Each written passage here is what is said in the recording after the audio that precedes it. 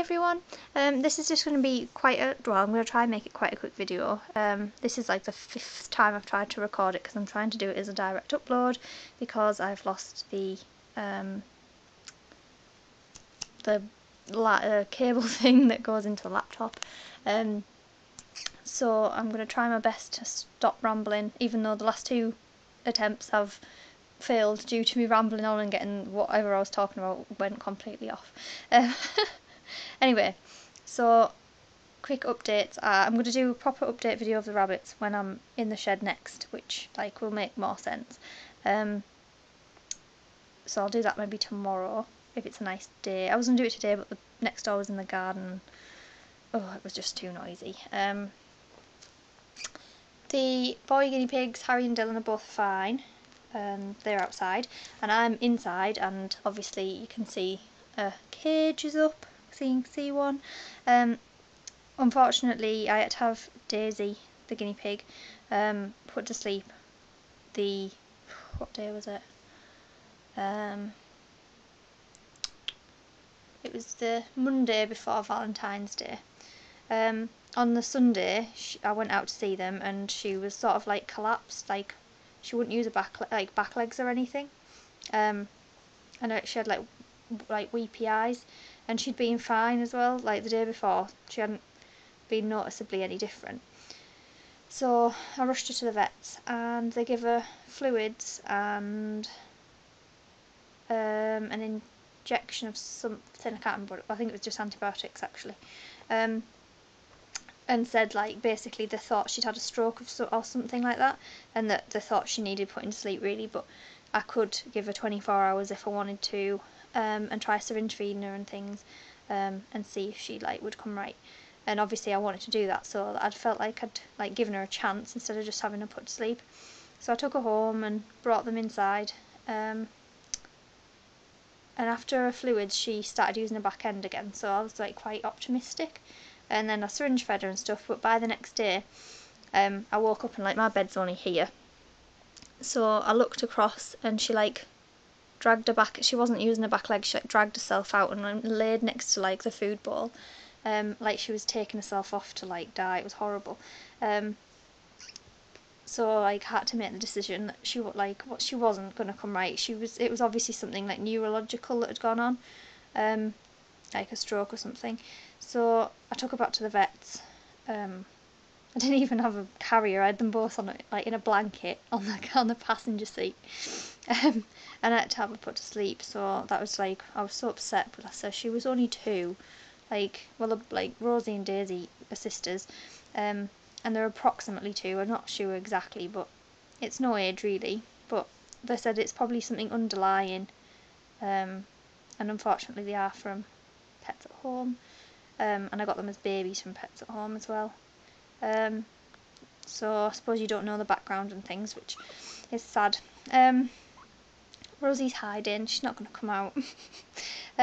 Anyway, the day that I found Daisy, Rosie stopped eating too, and she just wouldn't eat anything. It was like she knew something wrong. And then after after Daisy had been put to sleep, Rosie still wouldn't eat, and when I brought her home, she was just squawking. It was so sad. It was like she was shouting out for her. I've never seen her so distressed. So I rang round all the Pets at Homes to ask if they had anything in the adoption centre, because we don't really have any rescues near us, to be honest. I rang the RSPCA, which is half an hour, 40 minutes away, and they didn't have any girl guinea pigs at all. So that was I was quite shocked at that. But obviously I didn't really want to get any more guinea pigs after the 4 that I had, the 2 boys and the 2 girls. But seeing her so distressed, it wasn't fair to keep her on her own. And even if I'd kept her inside for the rest of her life, I'm at work a lot and I don't give her I wouldn't be able to give her enough time. So I decided that I'd have to get her a friend. So I rang around all the Pets Homes. They only had boys in the adoption centre. I rang everywhere, and I tried ringing in another rescue centre which the RSPCA had given me to ring. They never answered the phone. Anyway, I give up, to be honest, and I went to Pets at Home to get Rosie some like extra toys and treats and things to try and cheer her up.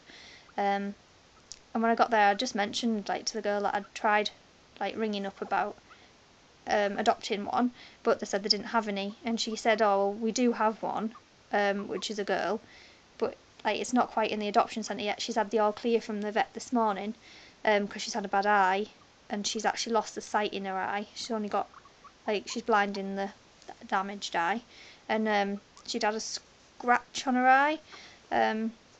Don't bite that cable, that's really stupid. She'd had a scratch on my eye. On my eye. Oh no, I'm going mental. She had a scratch on her eye and it had got infected, and they'd had to treat it with drops and things like every day. And so they had to wait until the vet had given her the all clear till they could put her in the adoption centre. So, and she'd had the all clear, I can't remember if she had the day before or that day.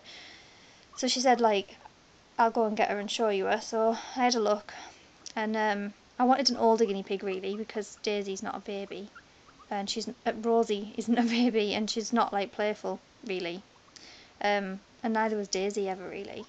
So I didn't want like a really young guinea pig that was going to bug her. Anyway, like she brought the guinea pig out, and she said it was 3 to 4 months old, and she was cute and stuff. So she said, well, you can go get your guinea pig and bring it back to Pets at Home and see if they get on. So I thought that was quite a good idea. It was quite nice of them. I didn't know they'd offered to do that. So I went and got Rosie, took her to Pets at Home, and they met. And there was a bit of bickering. Like the guinea pig at Pets at Home was biting her ears and like she was mounting her a bit as well. But that settled down, and then she said like, you can take her and try her if you want and see if they get on at home, and if they don't, you can bring her back. So I took her from the adoption centre and brought her home, and she's still here. Don't bite that though, that's really silly. The whole video I've been like pausing because she keeps trying to bite the lead from that phone. Hello. She's very cute. She's got quite long hair, which I think is going to be a nightmare getting like matted. So I'm going to have to give her a brush, I think. It's not so bad at the top, it's just the bottom. It's like a little lion with a little thumbprint thing on her head, a little swirly thing. She's a bit like nippy, and she pretends she's licking you and then she'll give you a nip if she's bored, if she's sat on your knee. She's been like trying to nip my leg the whole time.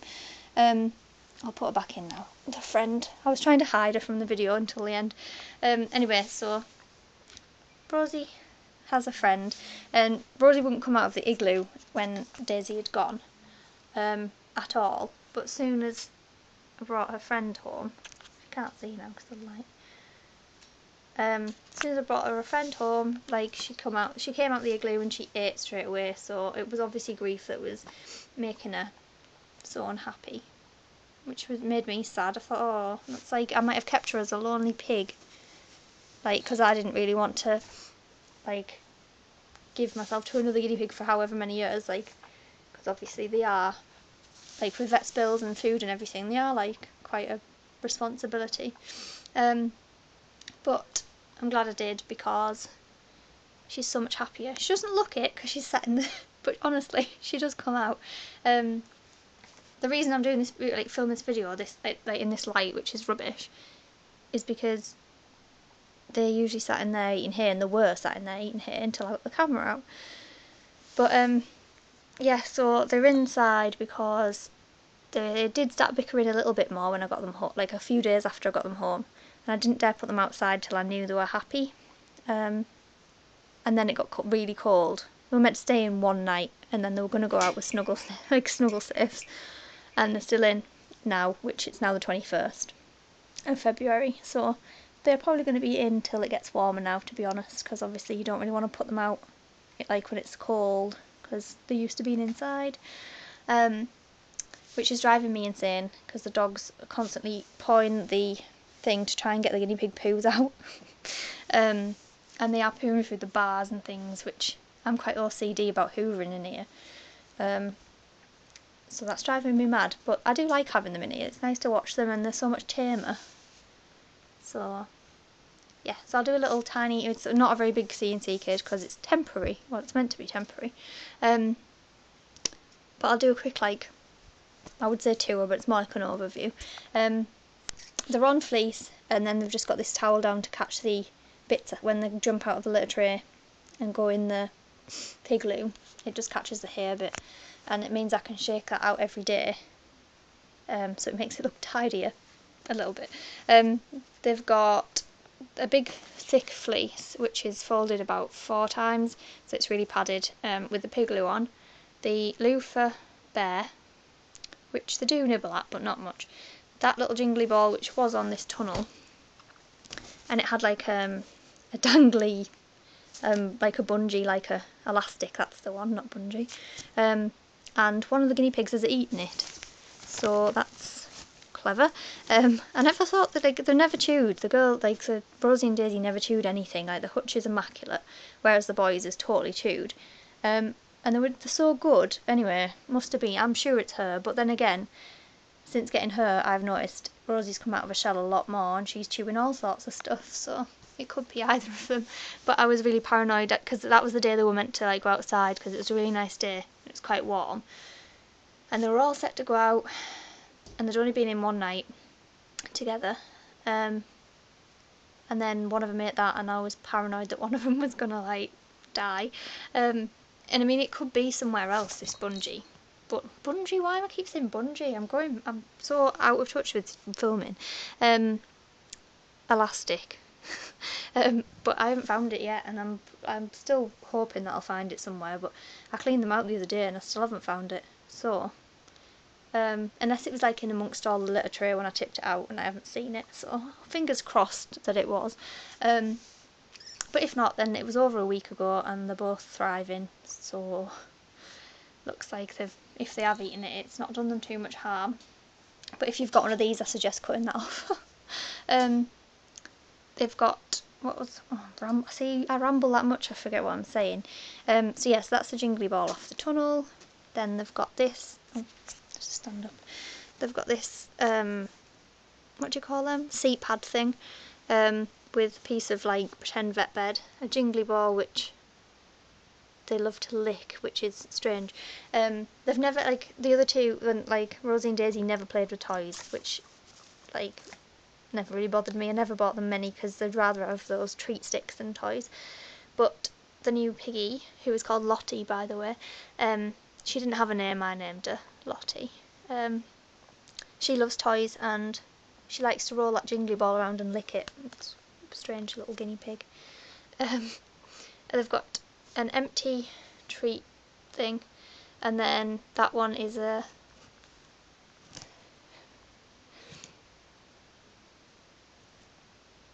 You're so destructive. A Science Selective banana and blueberry flavour one. And then a litter tray, which has just got a mixture of XL barn dry grass, XL hay, the marigold and dandelion and marigold one, and a tiny sprinkling of ready grass just to give them something to, like, find. Not that she needs help to eat hay because she eats loads. And then the water bottle, which you can just see the spout of maybe above her head, but it is definitely there.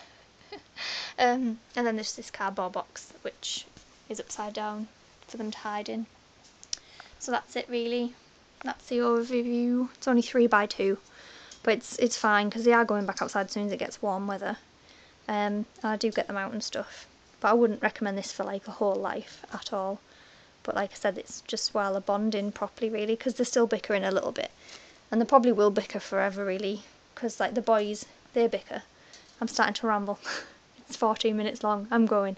But anyway, yeah. So they're just in here temporary till I'm positive they're gonna get on well and stuff, and then they can go outside when it's warmer weather. So yeah, if anyone's got any questions or anything, just let me know. Thanks for watching.